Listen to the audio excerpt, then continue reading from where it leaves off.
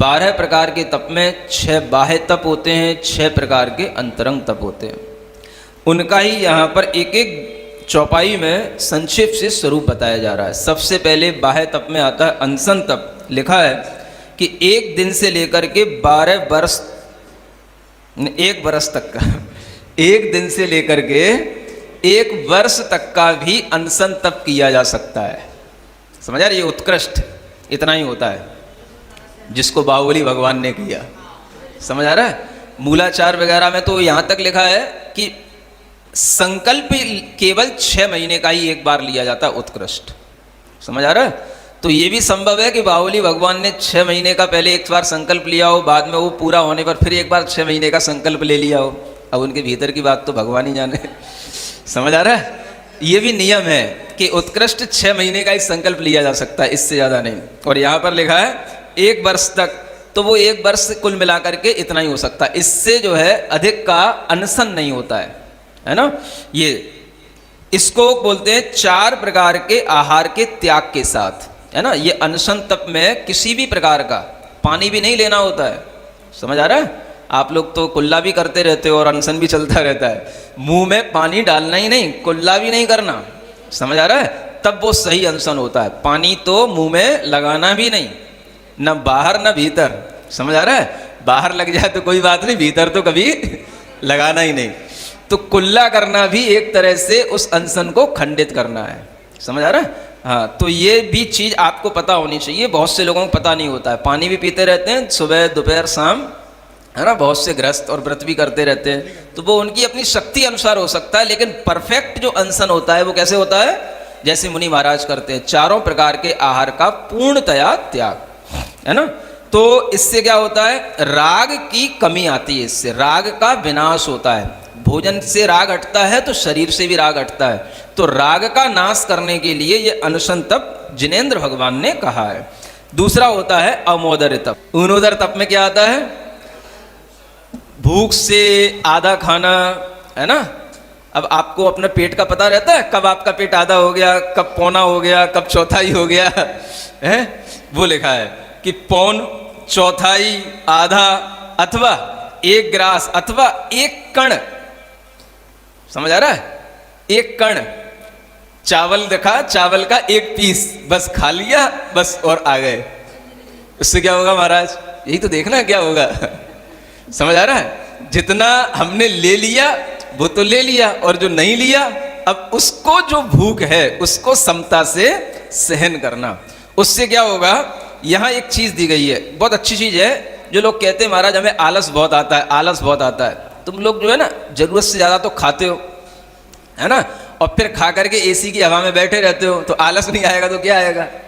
समझ आ रहा है? आलस्य को दूर करने का सबसे अच्छा तरीका है भूख से कम खाया जाए। हाँ, क्या कहा गया? हाँ, ये ऊनोदर तप करो आप। जरूरी नहीं कि आप 1 कण खाओ, भूख से कम खाओ, है ना।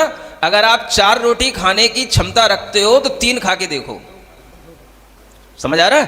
पेट को पूरा भर करके जैसे आपको संतुष्टि मिलती है, थोड़ा सा 1/4 तो छोड़ दो। समझ आ रहा है?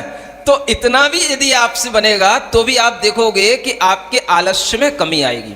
और मैं बताऊं आपको, सिद्धांत शास्त्रों में, राजवार्तिक वगैरह ग्रंथों में आचार्य अकलंक देव ने लिखा है कि ऊनोदर तप करने का एक फायदा और ये होता है कि वात पित्त कफ भी जो है सम बने रहते हैं।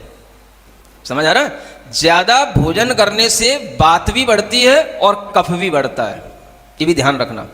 समझ में आ रहा है? इसलिए ये ऊनोदर तप का ये बाहरी फायदा है, लेकिन अंतरंग क्या है? भूख को जीतना, राग को जीतना, ये कर्म की निर्जरा करने के लिए ऊनोदर तप किया जाता है। तीसरा तप आता है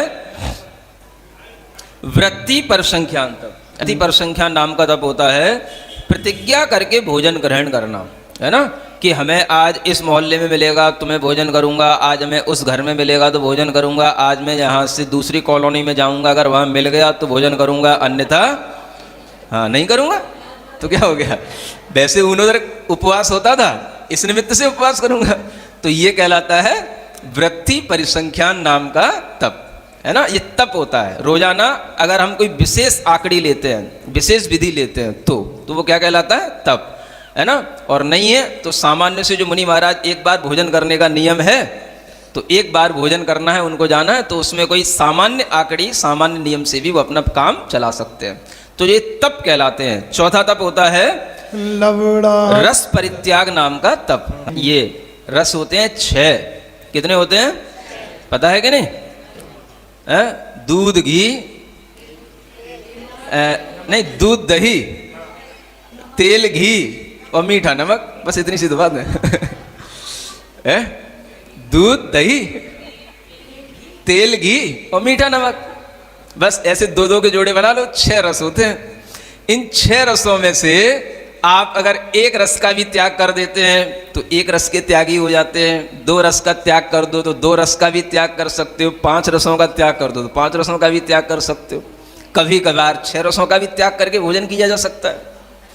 नहीं कर सकते हैं? कराया हमने कई जगह। जब ये अरहम ध्यान के ये शिविर लगाता हूँ, है ना, जिसमें साधना शिविर होते हैं, तो उसमें 6 रस का भी त्याग करा के भोजन कराए। ये सब बैठी अरे हम टीम इनसे पूछ लेना, है ना। हाँ, तो ऐसे भी साधना कराई जाती है। अभी आप लोगों के लिए वो मौका आया नहीं है ना। तो ऐसा भी साधना शिविर होता है, तो उसमें सब तरीके के ये तप कराए जाते हैं और आप बड़े प्रेम से करते हो। हाँ, और करोगे जब हम कहेंगे तब, है ना। हाँ, ये हमें मालूम है, अपने मन से कुछ ना करोगे, जब हम लोग में डंडा लगाएंगे ना तो सब करोगे। तो प्रेम से करोगे और फिर कहोगे हाँ महाराज आज बहुत अच्छा लगा। हम तो सोच भी नहीं सकते थे कि 6 रसों के त्याग के बाद भी इतना अच्छे ढंग से भोजन कर सकते हैं। तो हो जाएगा, समझ आ रहा है। तो एक कराने से होता है।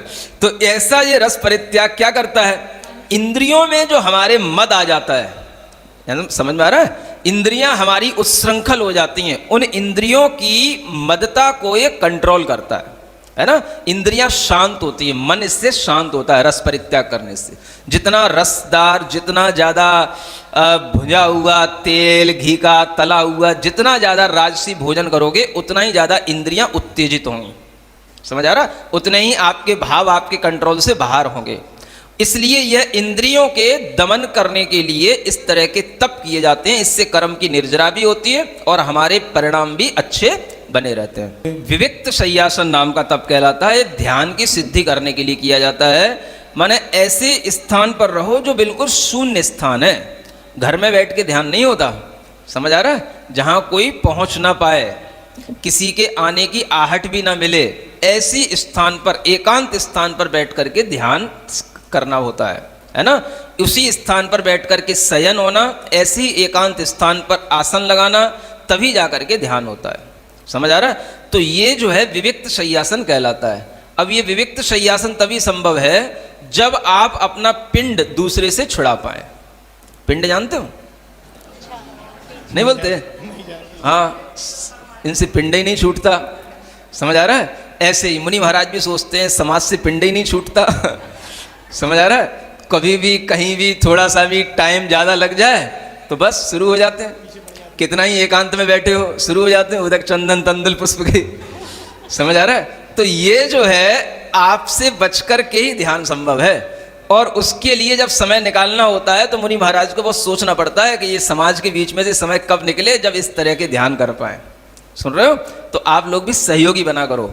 जरूरी नहीं है कि जिस समय पर आपको दर्शन हो रहे हैं उस समय पर आपको दर्शन न मिले तो तहलका मचा दो, हैं? शांति से भाई दर्शन हो रहे हैं, दूर से हो रहे हैं, दूर से करके चले जाओ। चिल्लाना जरूरी है, अपनी अटेंडेंस बताना जरूरी है, महाराज हम आ गए हैं। तो ऐसा भी कई लोगों में भाव रहता है, जोर जोर से जब तक अर्घ नहीं बोल लेंगे तब तक उन्हें चैन सी नहीं पड़ती है। तो ये आप ध्यान में रखो कि किसी भी तरीके से मुनि महाराज के ज्ञान ध्यान में बाधा तो हम नहीं डाल रहे, ये भी सोचा करो। कभी कभी सोचा करो, है ना। कभी कभी सबको सोचना जरूरी है। फिर एक तप होता है काय क्लेश तप। क्या? गर्मी में गर्मी के स्थानों पर रहना, शीतकाल में ठंडी जगहों पर रहना, और ग्रीष्म काल में ये वर्षा ऋतु में जहाँ वर्षा हो रही हो ऐसी वर्षा में ही जाकर के पहले से बैठ जाना, है ना। पेड़ों के नीचे या खुले स्थान पर जहाँ वर्षा होने वाली हो और सहन शक्ति हो, तो नहीं तो पता पड़े निमोनिया हो गया 1 घंटे में ही, है ना। तो देख करके ये काय क्लेश तप भी करना, ठीक है। ऐसे ये 6 तप जिनके पास में शक्ति सहन, इन तपों के आचरण से सहनशीलता बढ़ती है। समझ आ रहा है। जब हम गुरु महाराज के साथ में रहते थे, है ना, आचार्य महाराज के संग में रहते थे, तो आचार्य महाराज ज़्यादातर यही करते, समझा? ठंड के दिनों में चले जाएंगे अमरकंटक, गर्मी में आ जाएंगे कुंडलपुर, समझ आ रहा है? कभी आप जाके देखना गर्मी में कुंडलपुर, जेठ के महीने में, समझ में आ जाएगा आपको। चारों तरफ तो पहाड़ है और बीच में अपने को रहना है, समझ आ रहा है? और पहाड़ों की तपी हुई आग रात भर जो है, रात भर गर्म हवाओं के साथ चलती है, तो ऐसा लगता है जैसे कि आग के बीच में है बैठाल दिया गया हो। ऐसी ऐसी रात रात भर लपटों में बैठे, मतलब रात रात भर, और सुबह उठो तो ऐसा लगता है जैसे सिर घूम रहा हो, समझ आ रहा है? हाँ, तो जब रात भर नींद ना आएगी तो क्या करोगे? समझ आ रहा है? गर्मी अलग, लपटें अलग, शरीर सूख रहा है गर्मी की लपटों से अलग, पानी दिन में आपको एक बार मिलना है, तो इससे कठिनता तो लगती है, लेकिन इससे शरीर में सहन शक्ति आती है, समझ आ रहा है? जिनके पास में सहन शक्ति बढ़ने की क्षमता होती है तो उनकी बढ़ती है, और जिनके पास में नहीं होती है तो कोई टूट भी जाते हैं। नहीं समझ आ रहा है? दोनों ही बातें हैं, खींचने से ताकत बढ़ भी सकती है और खींचने से हड्डी हाँ टूट भी सकती है। जैसे मसल्स हैं, एक्सरसाइज करो, खींचने से थोड़ा सा मसल्स में पोटेंसी आ भी जाएगी, और अगर ताकत नहीं है, मसल्स ही कमजोर है, तो वो आपको पेन भी कर सकती है, समझ आ रहा है? दोनों ही बातें हैं। तो ऐसा भी होता है, समझ आ रहा है? बच गया सो जीत गया, और गिर गया सो मर गया, तो ऐसा भी होता है। तो कई लोग बीमार भी पड़ जाते हैं, कई लोगों को तरह तरह की समस्याएं पैदा हो जाती हैं, दोनों ही बातें हैं। तो ये सहनशीलता देख करके बढ़ाई जाती है और बढ़ाने का प्रयास करना चाहिए।